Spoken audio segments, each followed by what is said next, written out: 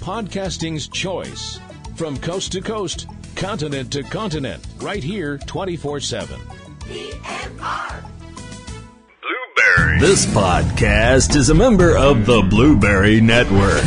Blueberry. No E's. That's Blueberry, BLUBRRY.com. Blueberry.com.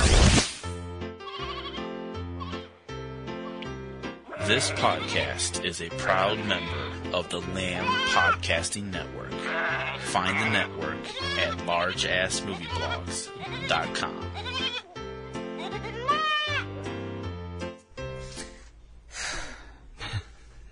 Honey. What? Stop pouting.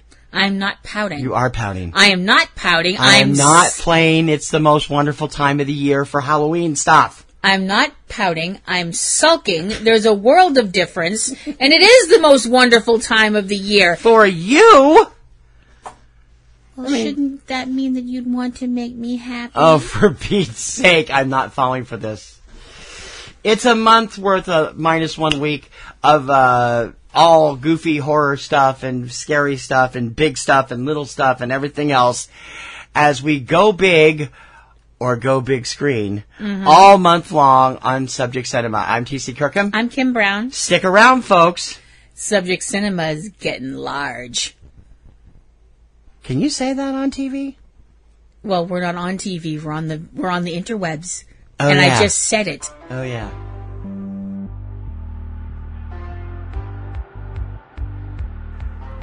Screams!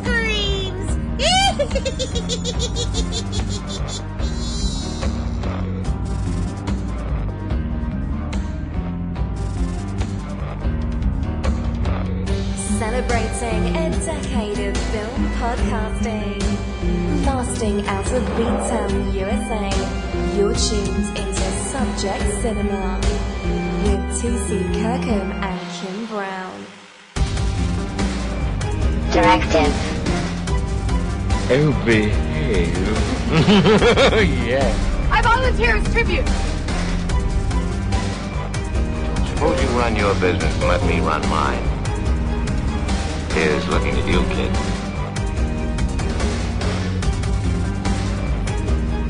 Ladies and gentlemen, please welcome T.C. and Kim. Hello, kiddies. It's Subject Cinema right here, right now, all for Halloween 2019. I'm T.C. Kirkham. Hi, I'm Kim Brown. And we are very excited, even though I'm not allowed to play my kind of, what I think should be played at the beginning of October, It's the most wonderful time of the year. It's the most wonderful time. It is. It's the most wonderful time. Absolutely. It's the most wonderful time of the year. Happy? I love you, baby. Not digging out Andy Williams. We'll get copyright here. It's okay. Anyway. But it is. This is the best time of the year. It's fall. It's October. Halloween is right around the corner. The Great Pumpkin is coming on. Yes. Soon. Great Pumpkin, horror It should be movies. this week. I haven't looked. Candy, It should be soon. changing color of leaves, candy, apple cider, apple picking, Candy corn. Ew. Candy corn. I know the buttons to push. So do I. Why don't you go wash something while I talk about how candy corn is a crime against nature? I don't know what you're talking about. No, nobody else does either, so now you look kind of dippy, don't you? He has an accent that comes out every once in a while, and it's... So do you. Park the car in Harvard Yard. Go piss up a rope. Welcome to the first of our Halloween episodes of Subject Cinema this year. And it's going to be a bumpy ride because we got lots of large to talk about. Yes. You want to explain what we're doing with this Go Big or Go Big screen here? Well, we're going to talk about this Halloween. We're talking about giants in the movies. And we don't mean giants in the movies like, Paul Newman, Robert Redford, Barbra Streisand. No. We're talking about the Deadly Mantis, the Amazing Colossal Man, stuff like that. Or even like tall actors like Richard Keel or Carol Struyken or people good. like that. I hadn't thought of that. That's good. No. We're talking about actual giants. Now, the giant as an antagonist, or at least the adversarial character, has been around ever since people have been around. I mean, giants are mentioned in the Bible. Giants are mentioned in Greek mythology. One of the stories that, anybody out there who's a Greek mythology nerd like me, would remember Odysseus outwitting the Cyclops, and things like that. Giants have always been around. We have giants in our fairy tales, Jack and the Beanstalk and all that stuff. Because let's face it, when we come up against something that's larger than us, we feel nervous. Especially if it's the first time we come up against it, because we don't know if it's going to be friendly or not. Either that or we elect them president. Could we not? I'm just saying. Well, I'm saying he's a business giant, so yeah, he was elected president. So and a giant. Never mind.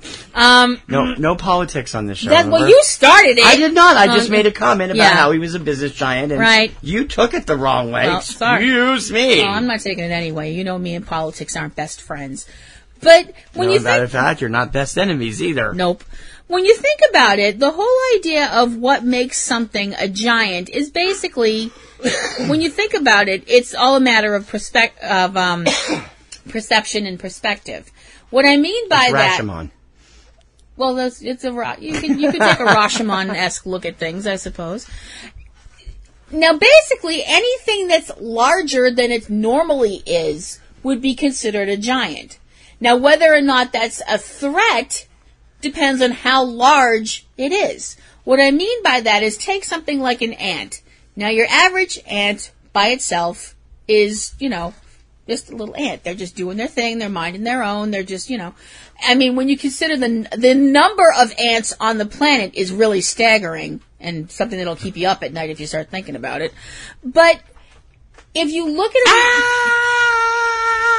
I did say don't think about it. No, you didn't. You said it would keep me up all night if I thought about it. And what did you do? I thought about it. Mm-hmm. This is what I have to put up with.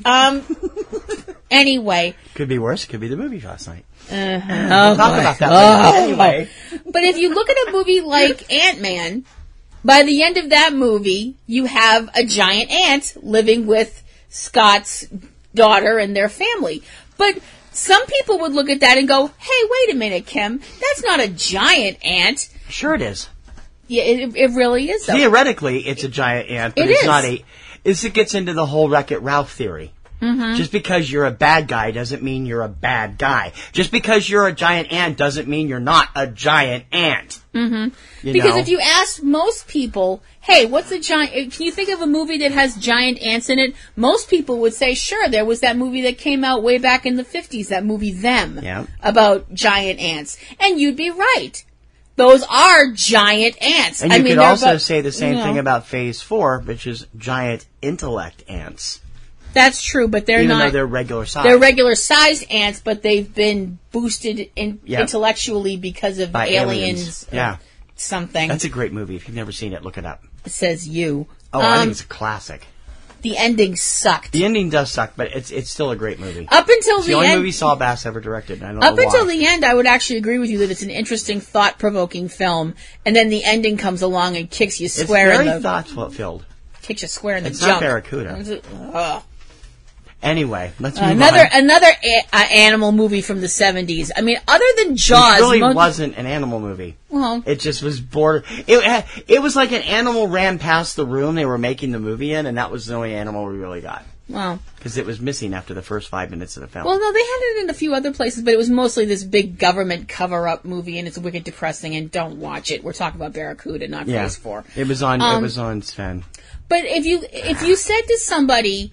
Well, what about the giant ant at the end of Ant-Man? They'd be like, that's not a giant ant. It's a large ant or a very large ant, but it's not a giant ant. But that's not the same size as the ones in Them. Pretty much. No, it isn't. Yeah, it is. The ones in Them are about the size of a car, lengthwise, I would say. Yeah, but when that one stood up, it was like 20 feet tall. No, I don't think it was that. I think it was. If that ant... More to the point... What happened to that ant at the end of Ant-Man and the Wasp? We knew what happened to the ant at the end of that movie. What happened beyond the end of that movie, we don't know. Right, because what happened when What? Ant-Man. Scott was stuck in quantum realm for 5 years. Well, what happened? Well, we know the ant survived the snap because he was at the end of the movie. Because according to some people, oh yeah, that was in the teaser after that. That was in the end thing. Yeah. So he survived the snap. Yeah. Because according to some people, there were animals and plants also died during the snap. Right. I don't know if I buy that, but anyway. Moving on. We're over here now. So the whole idea of a giant, I guess it kind of depends on your point of view. I mean, if you're a very small person, then pretty much anything is a giant. But that brings us to the idea of why certain things are frightening when they're giant size. Now, obviously, some things are very frightening when they're giant size because, let's be honest, they're frightening when they're their normal size. I mean, take for example, spiders. Now, I'm not arguing There's only been one good giant spider movie ever. Tarantula. Yeah. I didn't... The rest of them are... Wait. Time out. No, that's not fair. Big Ass Spider was fun. Big Ass Spider was a comedy, fun. though. Yeah. It was made for laughs. It wasn't a serious film. No, it's not a serious film, but there were... I was talking about back in the 50s, right. in the 60s. There were only... I mean, that giant spider invasion was terrible. Yeah, that was crap. Earth versus the Spider was crap. Tarantula is a good movie, although why, when the tarantula is a larger size, it sounds like it's playing the maracas everywhere it goes. I wouldn't call Tarantula a great movie, but it's a fun movie because... It's fun and it's interesting. The cast has good chemistry, and it's one of those movies that John Agar can actually shine in. Yeah. And the lady that Julie Adams, is that who played Steve? No. That was the lady from The Creature from the Black Lagoon. Oh, right. Who played Steve? I'm not sure. I forgot. Steve. What kind of a nickname for a woman? They have to give the woman a masculine nickname because she's doing science work? Really? Welcome to the 50s. Yeah, no kidding. Anyway, but now, and this is not knocking spiders. I realize how important spiders are to the ecosystem, so all you spider huggers out there, don't get mad at me. But let's be honest, spiders freak a lot of people out. You can't see him, but he's totally raising his hand. I don't have that big of a problem with spiders. Well, everybody, if you're like doing something and all of a sudden a spider lands on you, unless you're like Chuck Norris or whatever, you're totally going to freak out and start flailing around like a demented ballerina. Oh, that's Mara Corday. Right. I'm sorry. Okay. Yeah. But my point is that spiders, just in their average size, that's, for the most part, fingernail size. Fingernail. Yeah. Well, your average spider. A little bit bigger. Yeah. Now, you take your average spider that's just doing his thing and just herp-derping around and doing whatever he does. And now, all of a sudden, you've got a spider, like in a movie like Tarantula, which has been experimented on. We'll come back to that in a minute. And it doesn't go from just tiny spider to big, honking, enormous spider. It grows gradually through the film. Right. Which also wouldn't that leave tarantula skins all over the place? More to the spiders point. Molt. Well, they did find some weird stuff. They did. Oh, yeah. And more to the point. Yeah. And this is getting ahead of us. If radiation causes things to grow, right, as we've seen in a number of these films in the 50s. True. Why isn't Spider-Man 50 foot tall? He was bitten by an irradiated spider. A radioactive spider, yeah, I know. Or dozens of them if you've watched the Andrew Garfield version. So. Right. Wait, hold up. I don't know if a whole bunch of spiders fell on him, but I think only one of them bit him. Know. It doesn't matter. I don't know. I'm not sure. I don't remember. Hi, Andrew. But what I'm going for is the whole idea that you've got this animal that most people are weirded out by anyway. Mm-hmm. And now you've got it getting larger and larger and larger and larger and larger. But the thing is, it's not, I don't actually know how spiders think. I don't know if anybody's ever really trained a spider to do anything besides like blowing on it to get it to go places and stuff like that. That's not really training it. That's just kind of, they blow hot air on its butt and it moves in the opposite direction. That's how they control the ones in the movie. Somebody blows hot air on your butt, you're going to move in the opposite direction too. But I've done that with you too. But only on your neck, not on your butt. Yeah. My point is that while this spider in this movie is growing, as far as we can tell anyway, it's not changing. Right. If you It's still a follow spider.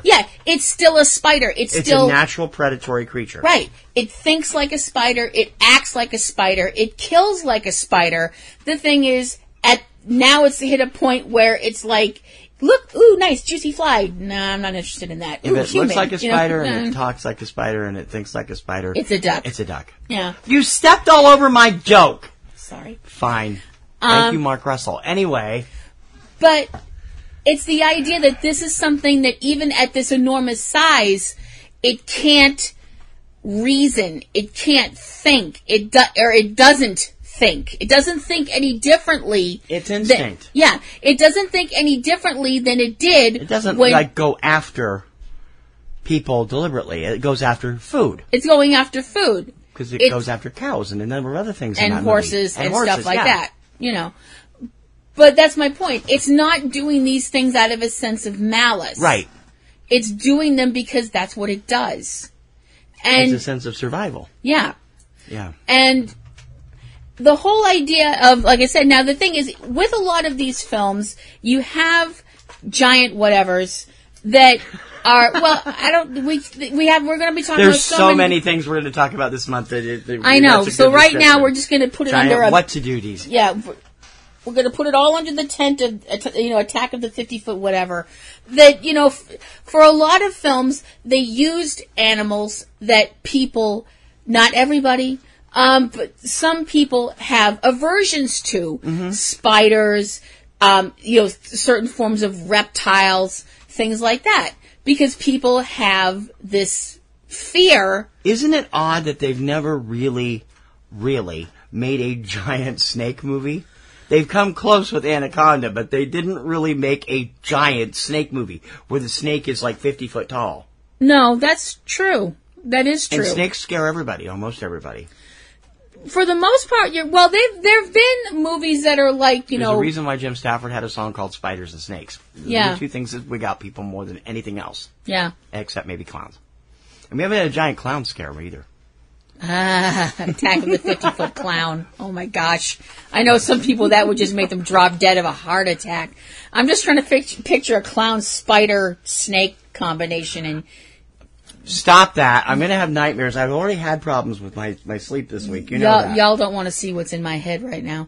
But the point, no, you're right though. I mean, well, Anaconda is an example it's the closest they come, yeah. Yeah, and the thing is, even for an anaconda, which are large snakes on their, in nature, they're large. Yeah.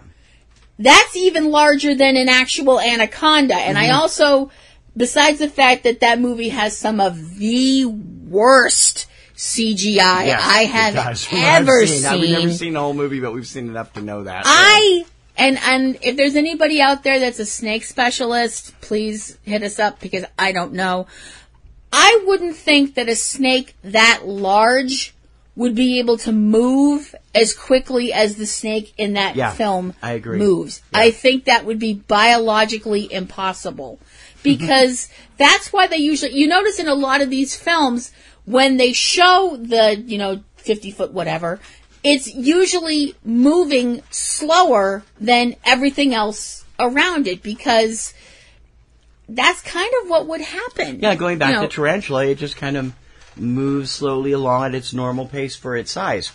Yeah, it's not running. Speed up like the locusts speed up. They go really quickly. They're way quicker than, grasshoppers can be really quick, but they're going like mad speed in beginning and the end. Yeah. And you don't usually see grasshoppers walking anyway. They kind of hop everywhere. It's kind of in their name. Yeah, but they walk. They do walk, but they don't always walk. Most of the time they hop. That's why they're called Or they hop across the road and scare the pants off of you. We used to have a ton of them down this country road we used to live on. And you'd walk by them, you'd end up having to dodge grasshoppers as they were jumping. Ugh. It was disgusting, creepy. But no, you do bring up a good point there, like that they've never. I can't think of anything that would, any major film that was like a giant snake or something like that. That's a good point. But the thing is, sometimes you have to wonder where. Now, I've always been of the opinion that a 50-foot anything would be frightening because if it fell on you, it would hurt. I mean, if they made a movie called The Attack of the 50-Foot Peach, I mean, that would be frightening because if you They've had a movie with a giant peach in it. Well, yes, James and the Giant Peach, fine. Well, fine, but my point based on... But it's not out to eat you. No, it's not a sentient peach, it's just a peach. And it does actually kill 2 people at the end, but they're bad people, so screw them. Yeah. My point is, doll story. What do you? Yeah. Well, my point is, if you did a movie called Attack of the 50-Foot Rutabaga, hi Eric. I mean, you have to admit that sounds stupid, but if you've got this rolling thing just arbitrarily rolling that they can't stop, that's crushing stuff, that may not be frightening in the actual, term of, frightening is in, oh my gosh, it's a giant spider, but it would definitely cause a lot of damage. That would be more of a disaster movie than a horror movie. Yeah. In my opinion. Overall, though, there's been some giant stuff that just doesn't scare people. Nope.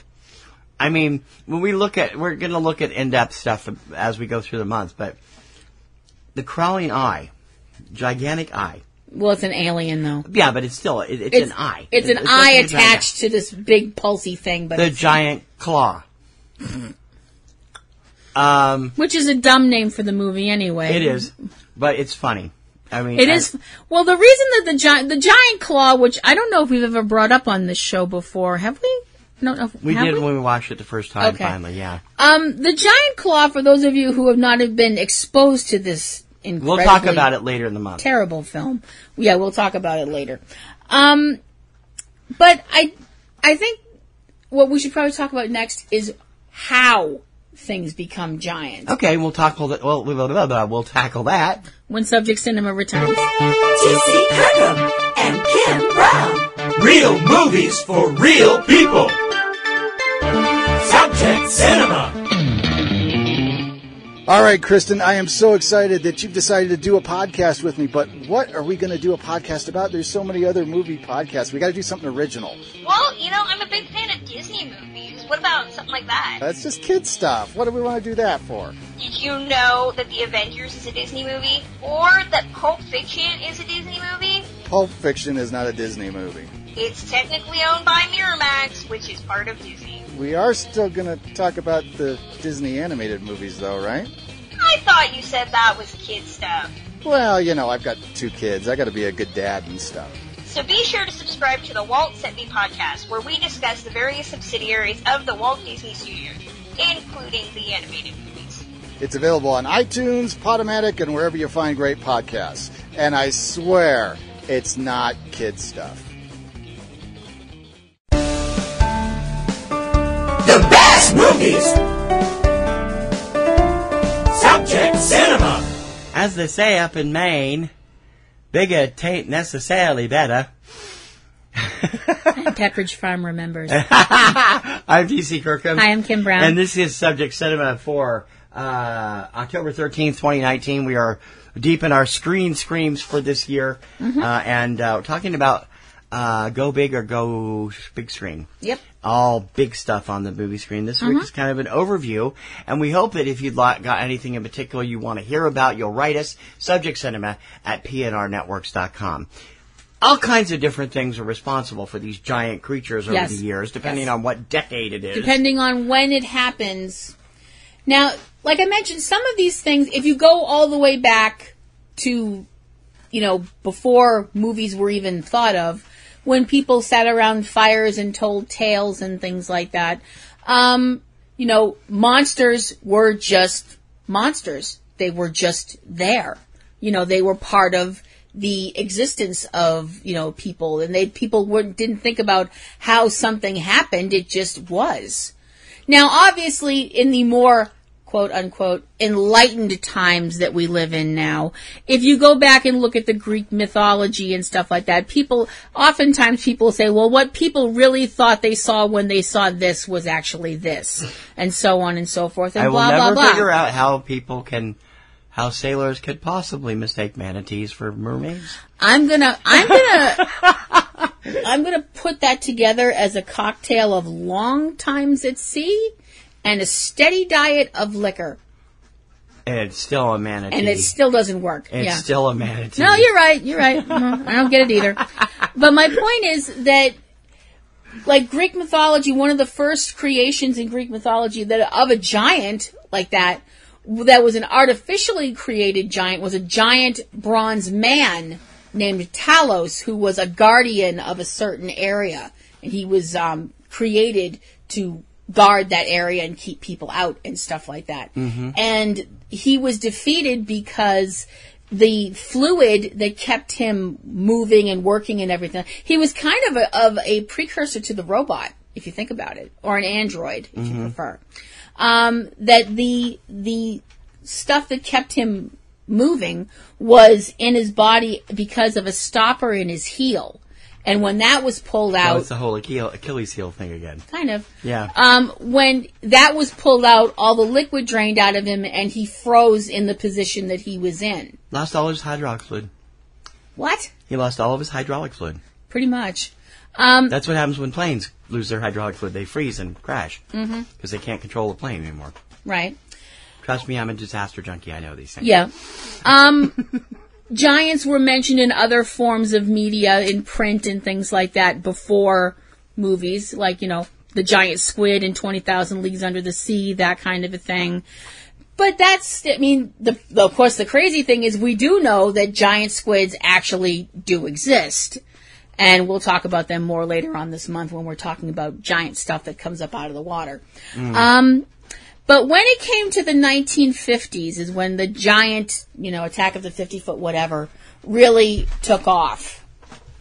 And for the most part... In the 1950s. In the 1950s. For the most part, why something became large was blamed on usually radiation. Now, what kind of radiation depended on the film, and also how detailed the filmmaker wanted to be. And how ridiculous the filmmaker wanted to be. See the science lesson in The Amazing Colossal Man. Yeah, we'll talk about that. Actually, let's talk about that right now. We might as well.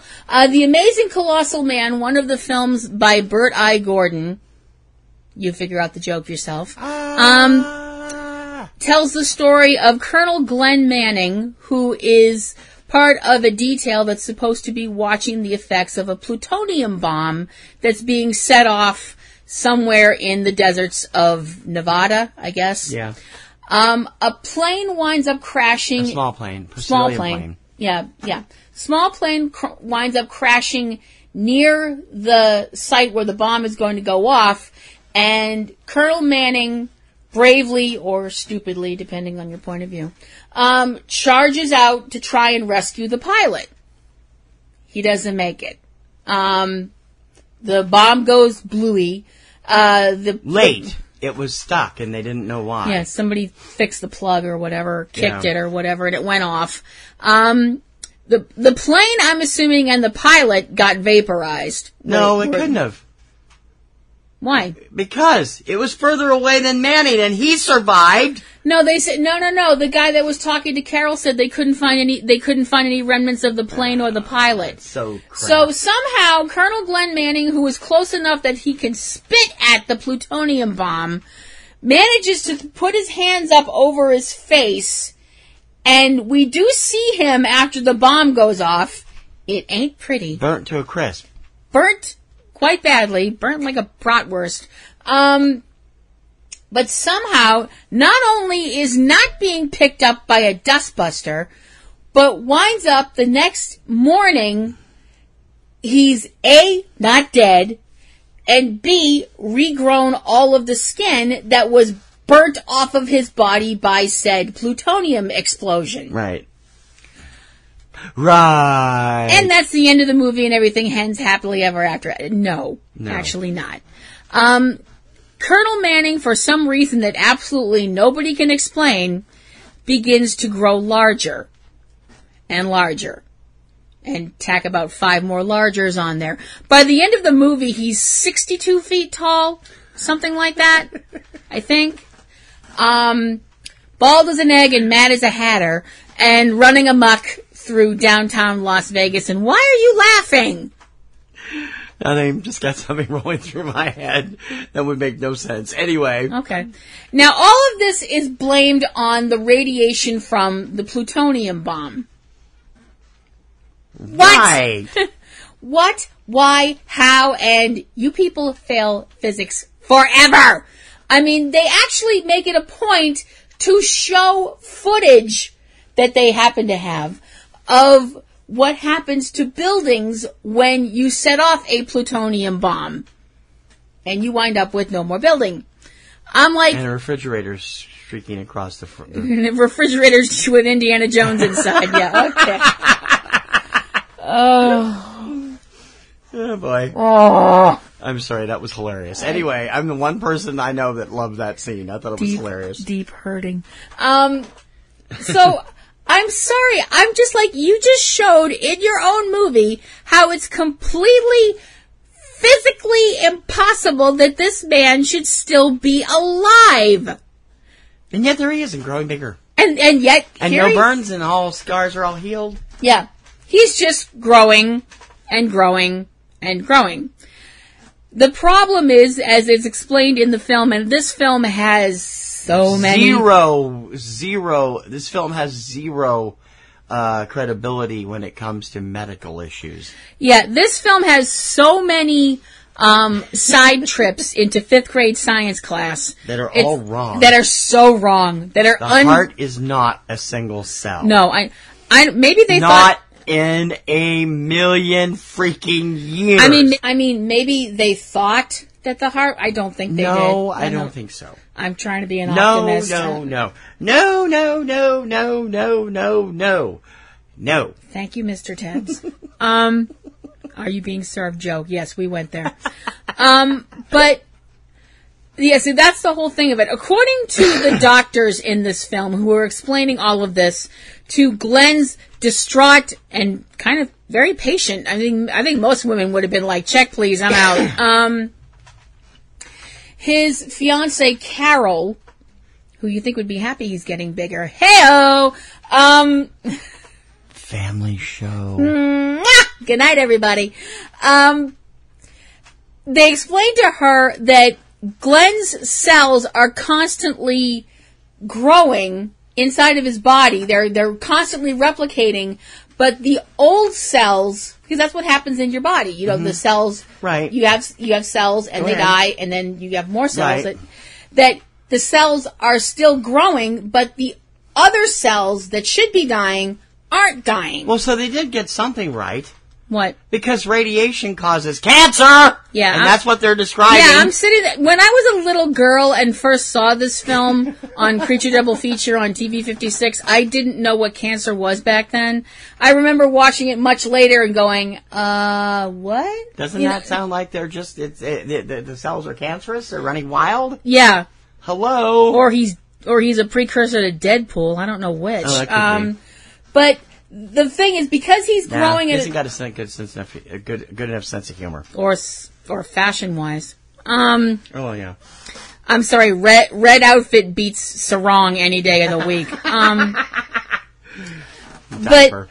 Diaper. I don't want to call it that, because that's rude. It's a diaper. But stop it! It's a diaper. But anyway, their whole argument is that this is where this whole single-cell heart thing comes to play. Oh, do tell. Because the scientists say that because his heart is not growing at the same rate as everything else in his body is, because plot point, it's a definite commitment from the plot device.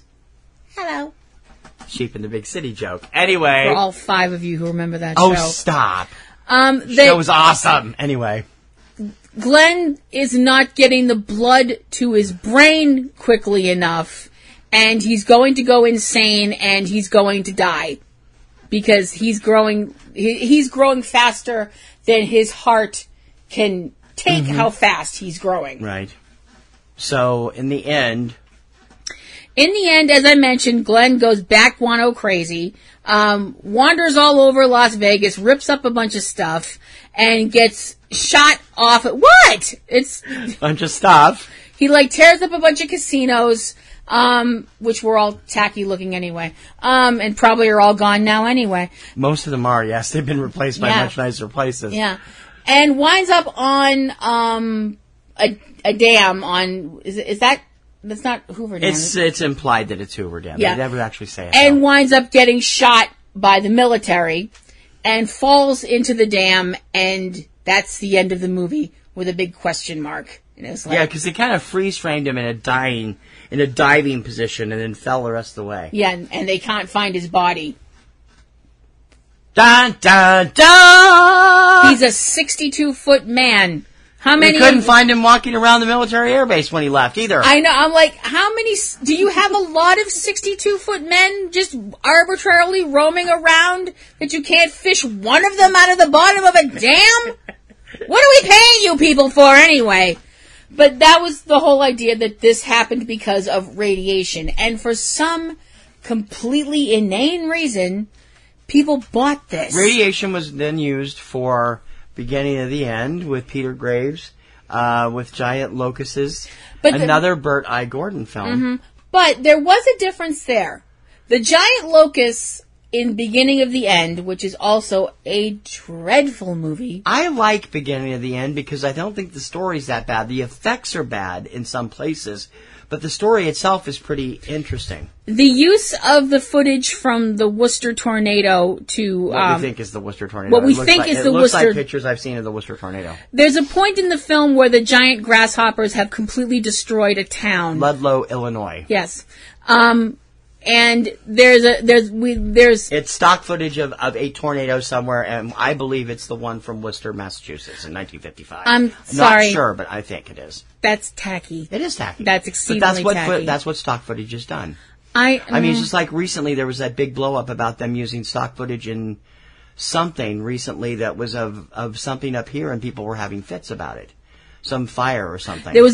I forget what movie it was, but they used footage from the Lynn fire. Yeah. Yeah. Mm-hmm. I remember that. Well, no, the Lynn fire was used years ago in Special Bulletin, too. Right. There was something more recent, and the people wanted stuff taken out because it was like a tragedy. Mm-hmm. And they finally did. I think it might have been Stranger Things or something on Netflix. I don't remember. I don't know. But the whole point of Beginning of the End, that was actually a little different from The Amazing Colossal Man because... And also different from a lot of the radiation makes things big thing in the fact that it wasn't intended. No. The giant grasshoppers or locusts well, neither was The Amazing Colossal Man. No, but it was an accident. This was accidental in the fact that they ate irradiated grain. Right. These scientists were working on the whole thing of trying to solve world hunger by using radiation to make crops larger. And at one point very early on in the film, you do see a strawberry that's about what? About as high as this table? Possibly. But they do bring up that it's still not safe to eat. Right. They also bring up that it's also deadly to humans because Peter Graves' assistant has lost both his hearing and his speech abilities because of the experiments they're doing. The exposure to the radiation. So I'm kind of like, okay, so you figured out how to make giant food. Great. We can't eat the giant food. You think that would be counterproductive? You think you'd want to work on that much quicker, but anyway. And the whole point of it of this film is that the locusts, or grasshoppers, whichever. It's the same thing. They got into one of the stores of some of this irradiated grain. They ate the grain and got bigger and escaped into the woods and bred, I'm assuming. I think there was just a whole horde, a whole swarm of them, which can be millions at any given time, that got into the grain. You think that was all just one generation? Yeah. Okay. All from the same swarm, and trust me, it's possible. When you have a swarm that's so large, it shows up on weather radar. Right. I understand. In the Midwest, which we've seen on Nova a couple of times. It's right. Like, wow. No, that makes sense. Yeah. It's just that I would think, now correct me if I'm wrong about this, but don't locusts, they will cannibalize each other, won't they? Yes, they will if there's no food supply. You kind of think that would have been the first thing that happened, really. you know. I don't know. But I don't know. I'm not an expert on Rather than bugs. climbing a postcard of the Biltmore building? That's my example of the crappy special effects from this film. Obviously, you cannot talk about why things are irradiated and becoming huge and all that, and not talk about the country where, you know, giant whatevers became a staple of their film industry, and that's obviously Japan. I mean, Radiation again. Yeah, I know. But it's a little bit different. I think it's a little bit different when it comes to Japanese films. I mean, America has had its share of Attack of the 50-Foot, this, that, and the other thing. But Japan made those films, when Japan made their films, which were called kaiju, and kaiju has become, you know, that's become a word in both English and Japanese now. I mean, giant Japanese monster movies. Well, kaiju simply means... Technically, it's everything, but most people think of Japanese movies. They do. Yeah. Kaiju Although Pacific Rim technically... is technically a kaiju movie. What is? Pacific Rim. Yeah. Well, kaiju technically means monster. Yeah. So anything with a giant monster in it is a kaiju movie. Technically. Reptilicus is a kaiju movie. Don't insult it's a kaiju shite kaiju movie, but it is. We'll be doing Reptilicus soon on Kaiju Corner over on Patreon. You know, but so basically anything that's got a giant whatever in it, I would consider that a kaiju movie. It's just a kaiju movie from that country. Mm-hmm. Obviously, like I said, you can't talk about. Well, these wait a kind minute. of films. No, I gotta call you out on that. What? That makes Troll Hunter a kaiju movie. Yeah. Troll Hunter is not a kaiju movie. I'm sorry. It just doesn't fit the kaiju mold. Kaiju in Japanese, actually, the actual term means strange beast. So, yes, Troll Hunter would be a kaiju film. I only think of kaiju as monster movies. And to me, Troll Hunter is not a monster movie. It's a movie and there's monsters in it. What other definition? Trolls. Trolls aren't monsters. I mean... as opposed to what? Well, all they do all day long is sit around doing stupid stuff on the internet. I mean, how is that monsters? I'm getting the death stare right now. Considering some of the damage those people have caused. Okay, fair enough. The trolls in Troll Hunter are more human. Exactly, that's my point. And probably no, I'm not going to say that. Okay, anyway. No political stuff. Anyway. No, leaving that alone. I just never would have thought of Troll Hunter as a kaiju. I just doesn't. Well, if you take the idea that that's what that term means. That's the full term. But most people, you have to admit, most people think of kaiju movies as giant monster films, mostly from the 50s and 60s, and mostly from Japan or Europe. I wouldn't dispute that, but I do think if you think about it from the point of view of what the term the technical term, yes. Yeah, I'm just saying if people broaden their minds a little bit. I agree with you. I also think that if you kind of look at it from that point of view, you can go, oh wow, when you think about it that way, you know, this is and that is and the other thing is and that's, you know. Right. Obviously you can't talk about films like that and not talk about Godzilla or Gojira. We did a whole freaking series of Godzilla stuff in May. Mm-hmm. If you haven't listened to them, go listen to that. Yeah. There we are. We just talked about Godzilla. Next! Segment, I mean. Uh-huh. Coming up next. On Subject Cinema. Good times and great movies. Subject Cinema.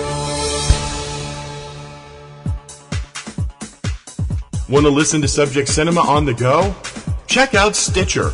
You can access all the latest episodes right from iPhone or Android. Check it out. Click on the Stitcher logo on our sidebar or go to Stitcher.com and search for your favorite PNR Network show. Get started today. Want to be a part of Subject Cinema? Then email us. Your ideas, suggestions, and comments keep us going. SubjectCinema@PNRNetworks.com.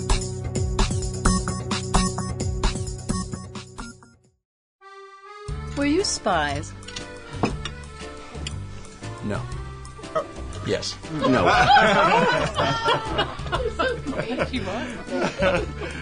You were in the Office of Strategic Services and you were not spies? I was only a file clerk. Subject Cinema! Welcome back to Subject Cinema. This month we're going big or going to the big screen. I'm Kim Brown. I'm TC Kirkham, and this is going to be a weird month because we have all kinds of weird movies talking about. All right, let's let you prattle on for 20 minutes about Godzilla. No, I'm not going to do that. No, I'm not going to do that as much as I could. Like I said, we did do a whole series of shows called 31 Days of Godzilla that were done in May. And it was a look back at all the Godzilla movies and our reviews of them and how we interpreted of them. And if you haven't listened to it, please check it out. It is on the Subject Cinema feed, and you should be able to find it there. You can also find it in its own channel on YouTube as part of the PNRNetworks playlist. Sorry, its own playlist on the PNRNetworks channel on YouTube. If you haven't listened to it, go check it out. Okay. Godzilla is probably the most enduring figure, I think. That is I think he's had more movies than any other monster, yeah. Right. That is the imagery of what radiation, and it goes beyond radiation, I think, in Godzilla's case. Godzilla is a representation of what happens when man overextends himself. Godzilla... He tampers in God's domain. As you would always say in Mary Jo's voice that I can't do. Tampered in God's domain. But it's more than that. It's more than that. And I might be wrong about this. This is only my interpretation. If you guys have your own interpretation, please send it to us and we'll be glad to, expound on it. Yep, subjectcinema@pnrnetworks.com. I have always been of the opinion that for the most part, and this is not the case in every movie, because sometimes I will be the first to admit that Godzilla movies go into places where you're like, oh my god, what are you talking about? See Shin Godzilla.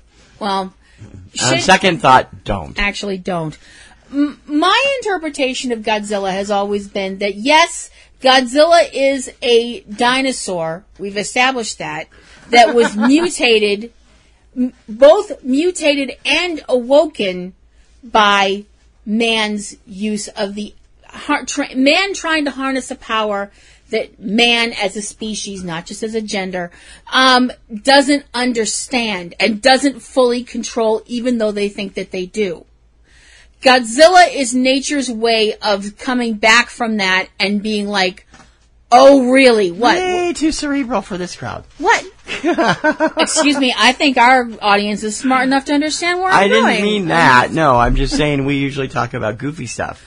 But my point is that Godzilla is the avatar of nature's rage. Godzilla is the avatar of the planet because the planet has been violated so deeply by the... Why are you looking at me like that? I'm not so sure I agree with that assessment, and not until the more recent films.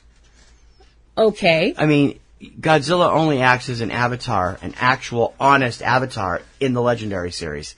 I don't think he does it in the originals. He may represent nature in that balance, but as far as being a full avatar, that doesn't happen until modern times. You don't think so? I don't think. Okay, well, no, that's fine. just me. You're much more of an expert than me. But you would definitely grant that the Legendary, when we say Legendary, oh, we mean Legendary, definitely. Yeah, that Godzilla is not only although I'm not sure how it's going to come out in Kong vs. Godzilla next spring, but we'll see. Godzilla in the Legendary series is not... Well, he's actually a co-avatar. Yeah. I think. Yeah, I agree. He's obviously a co-avatar with Mothra. Although Mothra, spoiler alert, doesn't make it till the end of the film. Mothra usually doesn't make it to the end of her movies. Well, no. They just regenerate her into a new baby. Yeah. Which is what happens. Which is the cycle of life. Which is Earth. Things grow, things die, things are reborn. You missed your cue. In the circle of life. But anyway, my point is that now some people might misconstrue what I'm saying in the idea that, well, do you mean that Godzilla, like Godzilla in Godzilla King of the Monsters, winds up saving humanity from King Ghidorah? No. He saves the Earth. Yes, he's saving the Earth. Although, yeah, in the battle in Boston, yep, woo, he's aware of what he's doing for humanity. Yes, because spoiler alert of the sacrifice of Ken Watanabe's character, Dr. Serizawa. Yep. Mm-hmm. Well, that's before that. As I said, yeah, right. He's aware that connection between those two characters that happens in that one scene makes Godzilla aware he's not just serving Earth, he's now serving to save humanity. Okay, that's one way to look at it. No, that's true. That's not necessarily what he wants, but it comes with the bargain. I think it's more of a reluctant saving. It's like, oh, fine, I'll save you. Yes. Yeah, it's not. Although I think he's sweet on Millie Bobby Brown's character. Well, that's a child. A child's innocence is something that I think that even that character is far from innocent. Well, anyway, thanks to her parents.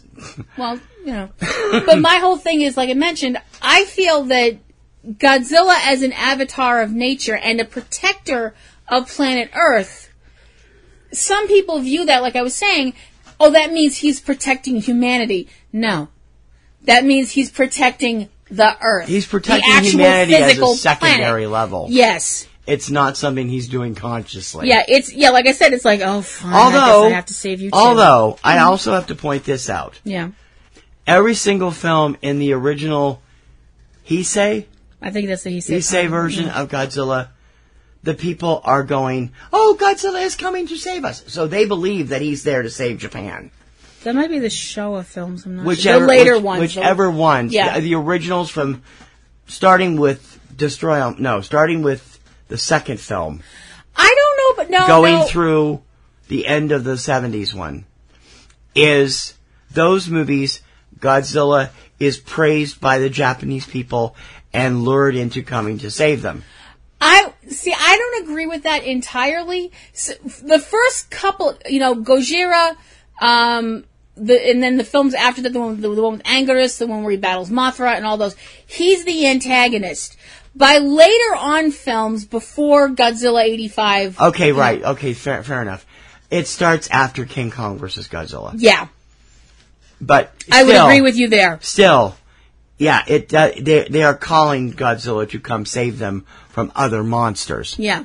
So that doesn't hold true, your theory about being just the Earth's avatar throughout the entire series. But you notice in a lot of those films where Godzilla does wind up helping people, he doesn't want to do it.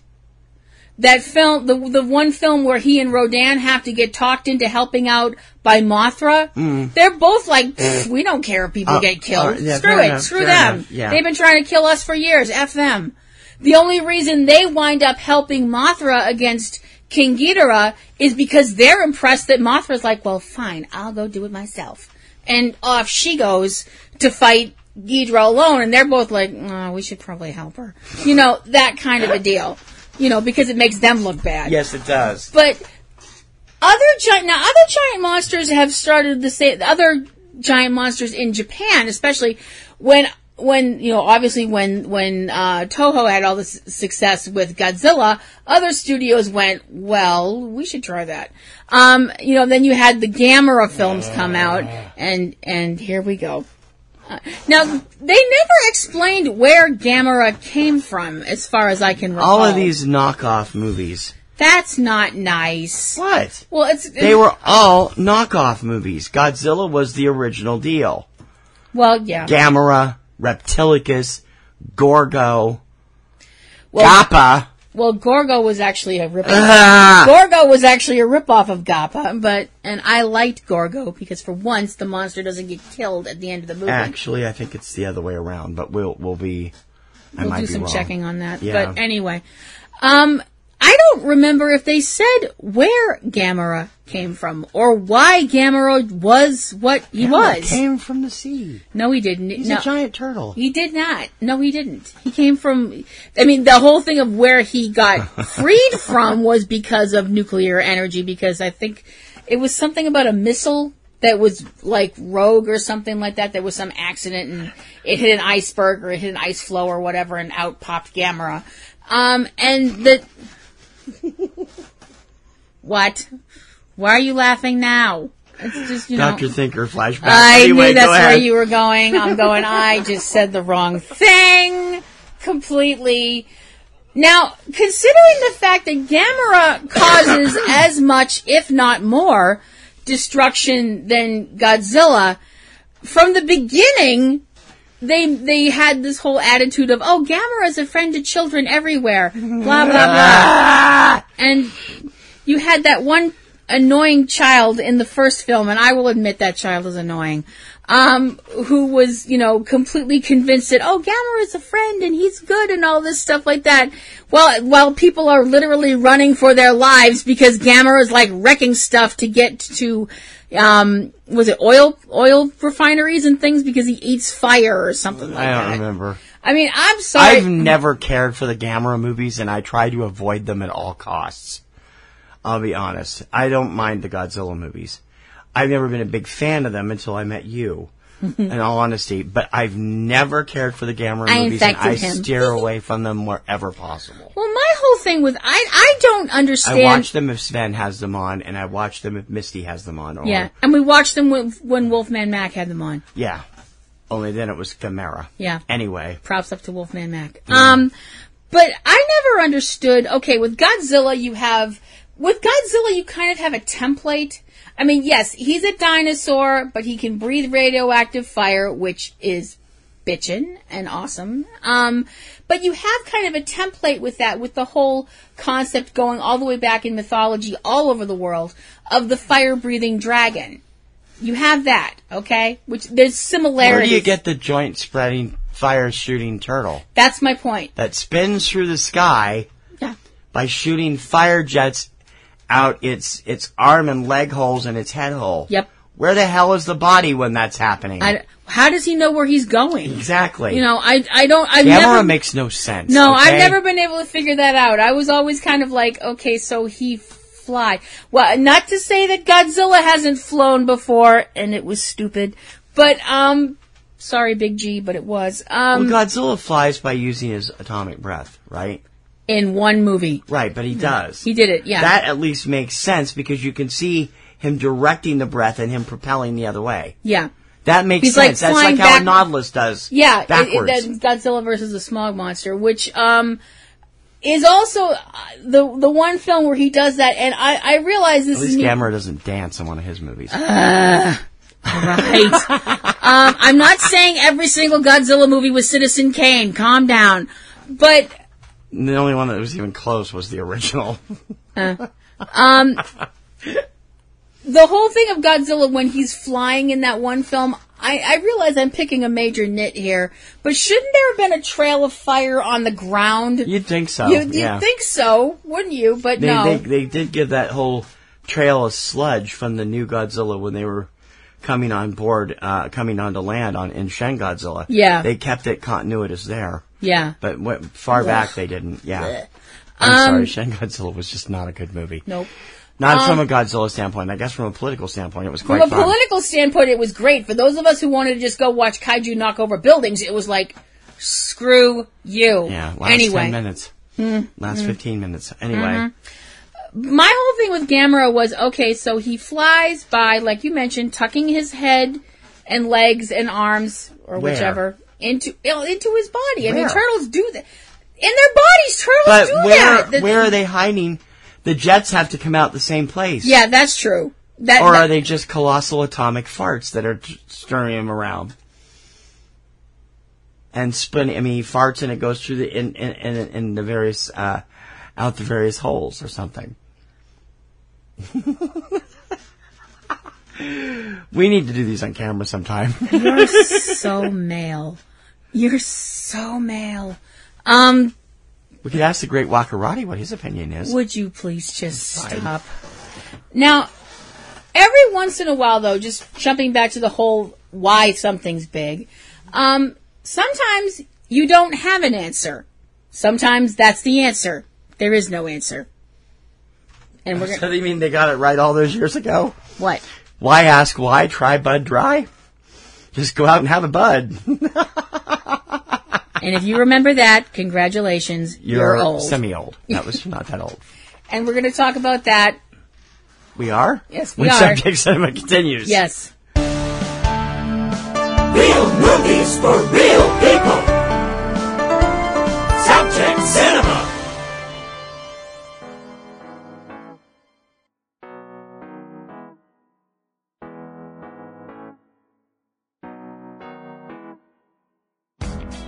eCinemaOne is your choice for great info and commentary about the world of film and entertainment.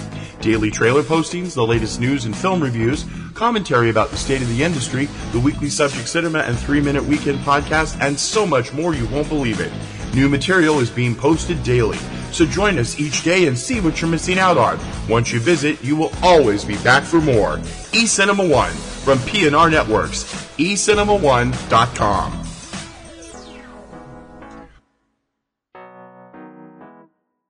Blockbuster or bomb, it's all good for us. This is Subject Cinema. Hey everybody, welcome back to Subject Cinema. We're looking at things that get big this month on Subject Cinema here on our Go Big or Go to the Movies segment. I'm Kim Brown. I'm T.C. Kirkham. We hope that you will be listening all month long as we talk about bigger things in the movies for our Halloween stuff. Mm-hmm. So now we've mentioned that, usually when things get big, it's usually blamed on radiation. Sometimes it's radiation from outer space. That's another thing we didn't touch on, is that, stuff falls to Earth and things get huge. We'll get to those blah, eventually. blah, blah. Yeah, we'll get to those. Every once in a while, though, you wind up with a film where there isn't any explanation as to why something is enormous. The audience just has to be like, okay, it's big. Right. Okay. Or the explanation is something that's so what that you're just like, all right. You want to explain what you're talking about here? Okay. What I mean by that, the latter, not the former. The latter is from a film that's based on a book, actually. The film is a film from 1976. It was called The Food of the Gods, which is based on a book by H.G. Wells. What? I thought we were talking in such a different direction. Okay, anyway. Well, I mentioned the latter. Okay, go ahead, yeah. The plot of The Food of the Gods, which is actually part of a book by H.G. Wells, which the whole title of which is The Food of the Gods and How It Came to Earth. You can see why they didn't go with that for the title of the movie. Is that this substance starts literally coming out of the earth. This white goop starts to bubble up out of the earth like a small, oil gusher or something like that. And anything that eats this stuff gets big. And the problem is, now in the hands of somebody... So is this like the whole, one pill makes you bigger and one makes you smaller? Yeah, but there's no other pill in this. Okay. There's just the one stuff. Which, now in the hands of somebody that, had a budget and had an idea of what they were doing, this might have been really interesting. This is another Bert I. Gordon piece of work. So, there's that. So... Is it from that late? I didn't know you did this 1976, one. Okay. Yeah. Wow. Okay. Directed, as I mentioned, directed by Bert I. Gordon. This film includes giant chickens, which, I know that would make that would make him chicken eater that he is exceedingly happy. I'm not going to eat chicken, Boo. Are you kidding? He's a giant chicken. I'm not going to do that. He'll come after and peck me to death. No. There's that. Just because he was the Karate Kid at one point doesn't mean that I'm going to enjoy him. Also growing larger in this film are wasps, which is not something anybody needs. Grubs, which is just disgusting. And rats. Now. Wonderful. Yeah. And who's in this? Who's in this film? Marjo Gortner. And Joan Collins, right? No, that's Empire of the Ants. Oh, okay. I knew and she that's was Robert in one of Lansing, and that's a different movie. Yeah, but it's still H.G. Wells, right? Yes, actually. That's why I was getting confused. Marjo Gortner, Pamela Franklin, Ralph Meeker, John Cipher, Ida Lupino, and yes, that Ida Lupino. Wow. Yeah, I know. Oh my God. a Burt I. Gordon film. Yep. I mean, Marjo I would expect to show up there. Because he was starting to be they were trying to make him a leading man in that part of the time, but didn't work. And then Star Crash completely derailed that. Now, this is an example, like we mentioned earlier at the beginning of this podcast, is the whole idea of when you take something that people are naturally scared or freaked out by and make it larger, then it's, oh crap, this is really terrible. Rats fits into that. Yeah, rats definitely fit into that. Wasps definitely fit into that. Grubs, which is a nice way to say maggots, definitely fit into that. Right. Chickens, not so much. Well, it could have been worse. What? Could have been Night of the Lepus. We're going to get to that later on in the month. We promise. Yeah. But I still have to watch it. She's seen it. I haven't seen it yet. This is a film, like I said, the one person that gathers up this stuff assumes it's a gift from God. And I'm like, I don't think so. Does that mean a person ate it, they would get giant too? Actually, yes. Oh, cool. That's, no, it's not cool. No, it's not. What are you talking about? That's actually implied at the end of the film. It's one of these, boy, it makes you think, endings, because everybody thinks that all of this stuff has been destroyed. But as it turns out, some of the jars of this stuff have been swept down river. They wind up in the drinking supply of the cows, which give milk, and the milk is drunk by children in the local school system. So it's implied that something... Oh, goody. Nice, happy ending. Yeah. Nice, super depressing yet vague ending. Oh, right. In other words, a science fiction movie in the 70s. Yep. There you go. Until Star Wars came along. But as I said, other than the one person deciding this is a gift from God, which I still doubt, there's no explanation of where this stuff has come from, what it is, how much of it is this happening anyplace else. You know, I mean, is this happening somewhere in the Arctic where, like, a polar bear might find it? Because I think giant polar bears would be considered a pants-wetting moment. But considering the special effects in this movie are so lame, I shudder to think. This? I have not seen this movie. What does this stuff look like? How would you describe it? What is it that you're always chastising me about? I don't know, a lot of things. That this is a family show. Oh, okay. And language. So it looks like that. Okay. Yeah. Okay. Never mind. My theory won't work then.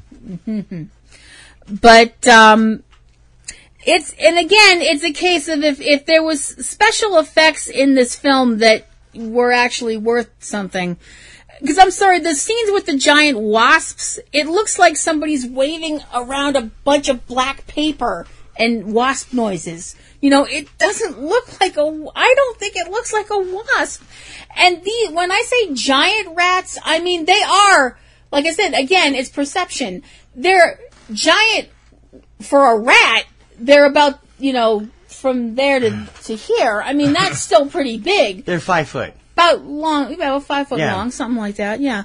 But they're not giants, but they're not like giant enough to scare them. But Jesus, yeah, they're not like Ratzilla or anything like that. They're not that big, and they do kill people because they're rats, right? And they're very persistent buggers. Rats don't usually kill people. No, rats don't usually kill people, but a rat 5 foot long We don't want our rat hugging friends to get upset. No, with us. we don't. They don't normally kill humans. No, unless they're in Ben or Willard. Yeah.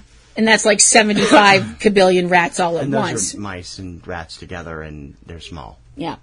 But that's an example of it just happens. We don't know why. We're never given an explanation why. And as human beings that usually make up the audience of movies, that irritates us. What? I mean, I'm sorry. I thought audience of movies was made up by 3 toads, a crane, and a toadstool. Well, people do watch movies with their dogs. Oh, okay, fine. And their cats and their pet lizards and whatever else they have. Nobody ever asks their opinion. Nobody but me. But my point is... I wonder if Goldfish consider Jaws a horror movie. Goldfish probably consider Jaws wish fulfillment. If they remember they saw it. Oh, well, yeah. 3-minute memory. 3-minute memory and all that. I bet they don't think much of singing Billy Bass either. But my point is, we as an audience usually, now I can't speak for everybody, but when I see a movie where something completely inexplicable happens, I would like the beginning of an explanation as to why, as to how. Just something, anything, just something, even if I have to speculate my brains out with it after the movie's over. Looking at you, Christopher Nolan. It's just something that people want. People feel like they need it.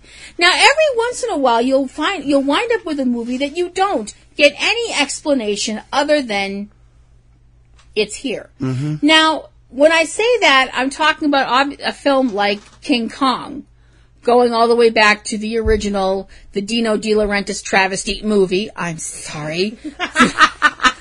Did I say? A lot of people consider the Peter Jackson one the travesty too, but we don't. We both did our best. Or Kong Skull Island, which kicked ass. Yes, it did. Now, Notice she didn't mention King Kong versus Godzilla. Or King Kong Escapes. No. I didn't. And thank you so much for bringing that up. You're welcome. Next. My point being that, now the reason that Kong is so large is never explained in any of these films. Other than the fact that there's always been a Kong on this island. Or a whatever. Kong!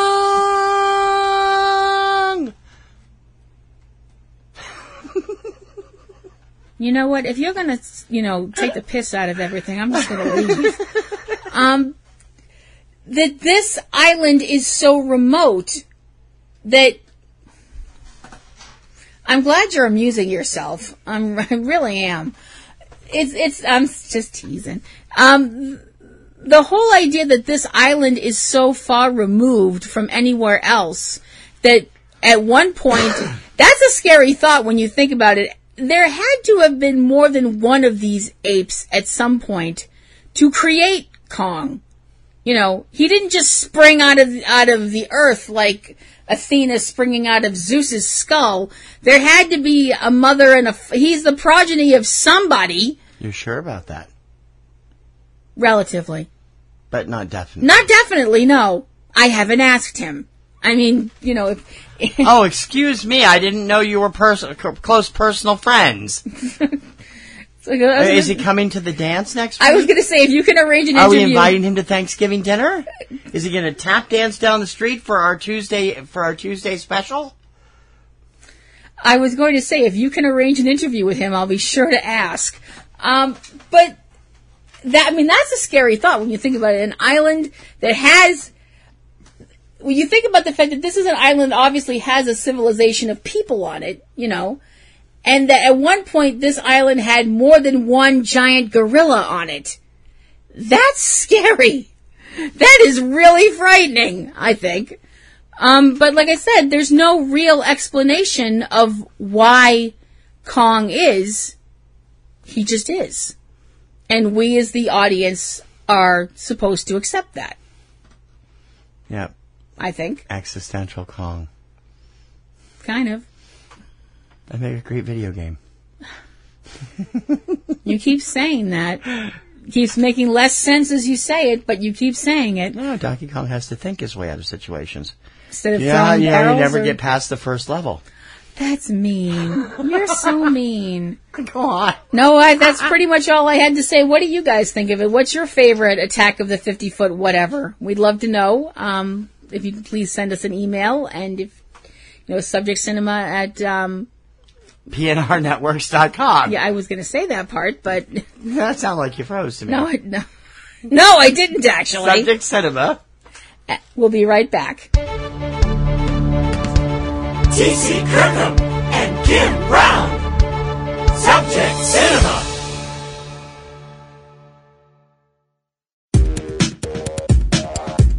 PNR Network shows depend on our listeners. It's you that makes us who we are.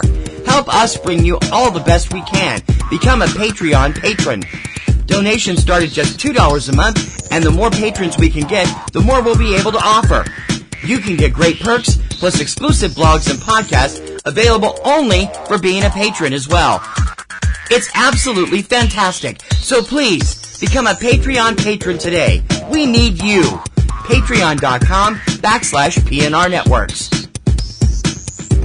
All movies, all the time. Subject Cinema with TC and Kim.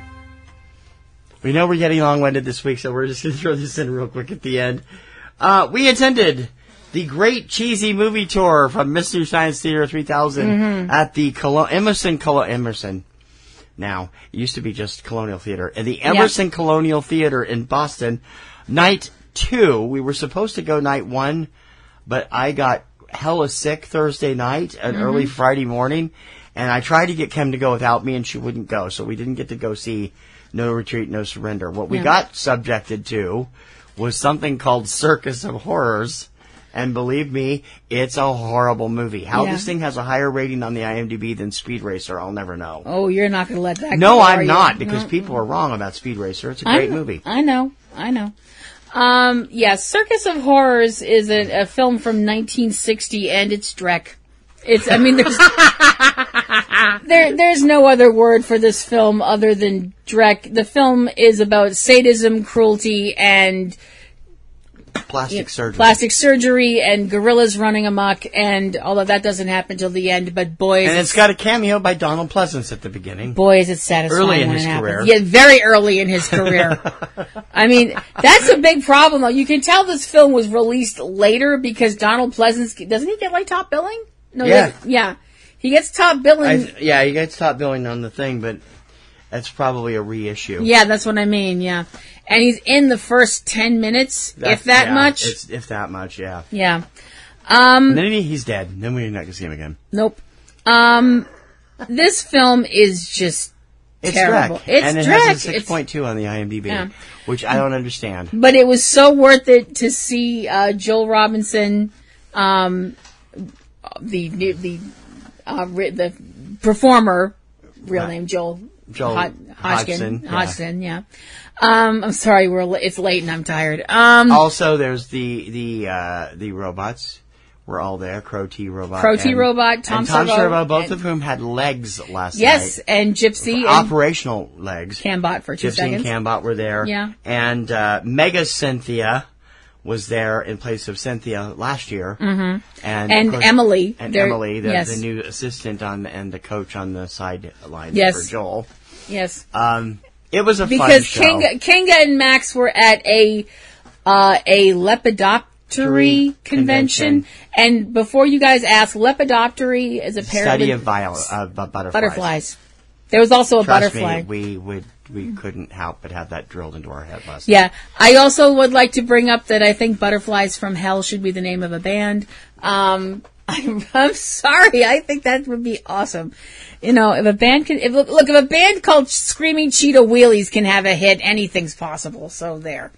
But butterflies are free, man. They just want to give you butterfly kisses. They're the elusive butterfly of love. What are you going to do? Butterflies from hell? Ah! Well, they were chasing around the butterfly all through the show, and I'm just going, all you have to do is sing Mothra's theme, and something will happen. The Colonial Theater was recently renovated. It was closed for 10 years. Theater. We saw Tommy there years ago. Yep. And it closed in the late, around 2004. And they were... just sat there empty, and then Emerson College bought it a couple years ago with the intent of turning it into a dining hall. Yeah, for the school. Yeah. And I'm like, what? Thank you for that not happening. The Preservation Society in Boston convinced them, you guys could make all kinds of money out of this if you reopen it as the Colonial Theater. And so that's what they did. Yep. They've renovated it. It's beautiful. It is. The seats are comfortable. They're a little close, but they're comfortable. And you don't notice it after you get used to it. Although it's hard getting up and down for people coming in the aisle, because we've got aisle seats. We always do. And that place has no bad seats. It's just like, we were in like the second to last row. in the orchestra section, and we still felt like we could touch the stage. It's that good.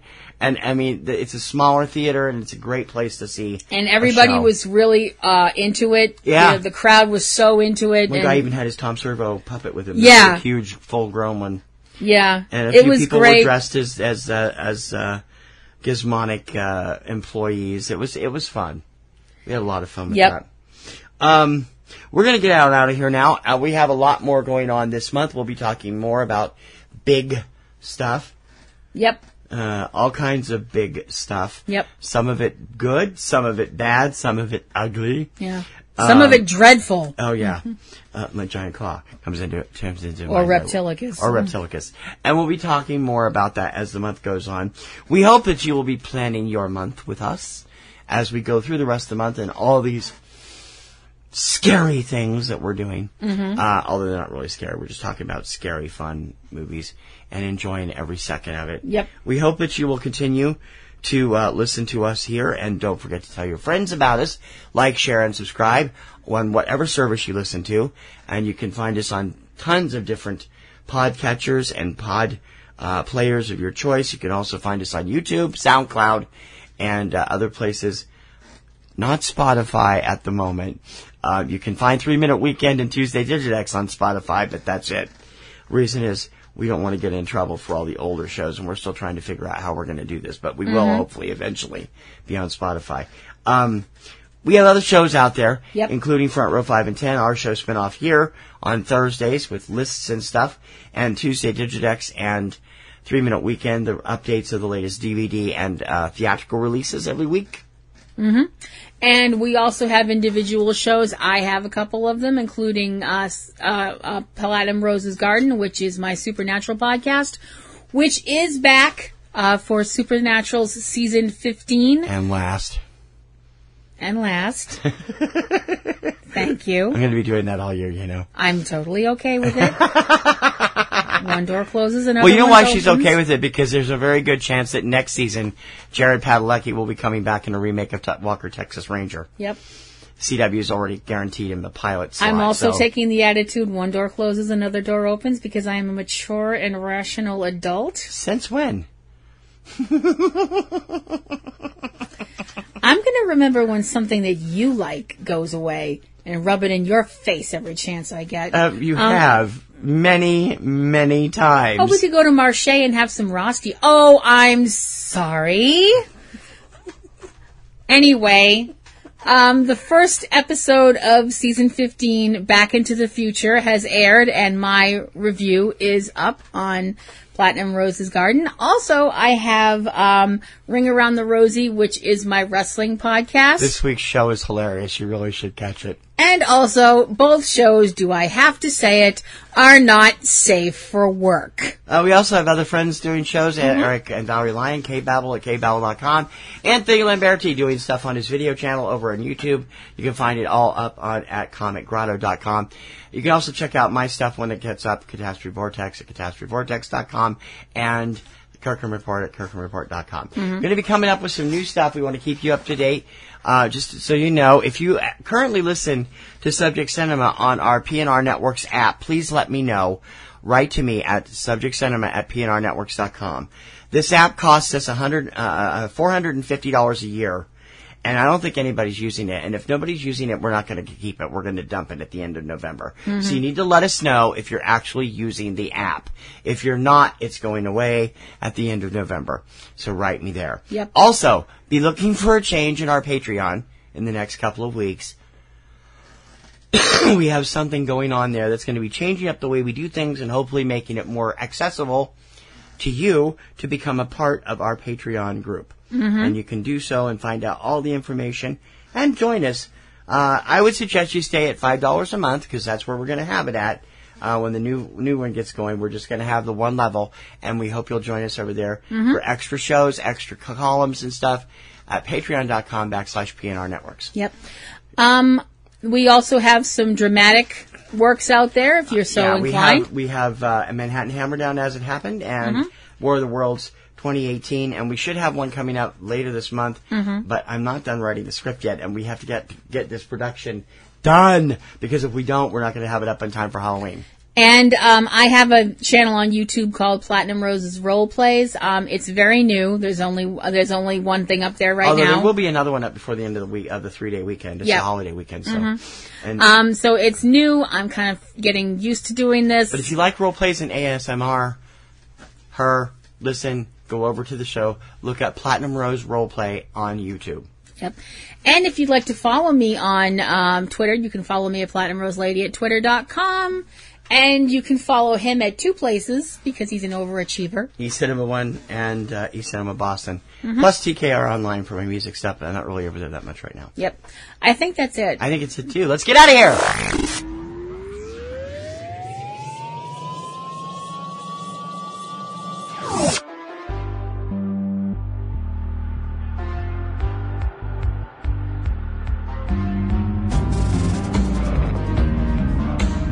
For Subject Cinema, I'm T.C. Kirkham. I'm Kim Brown. May your popcorn always be better. And may your roses always be in bloom. TTFN. Bye now. You have been listening to Subject Cinema with hosts T.C. Kirkham and Kim Brown. Subject Cinema is produced by PNRNetworks, Boston, Massachusetts, which is solely responsible for its content. Subject Cinema theme performed by Eric Lyon. Subject Cinema is recorded and produced using Sony Vegas products. Subject Cinema is copyright 2017 by PNRNetworks under a Creative Commons license. Check out a new episode of Subject Cinema every weekend. Until next time, this is Bob Taylor for Subject Cinema, and we'll see you at the movies. That's all.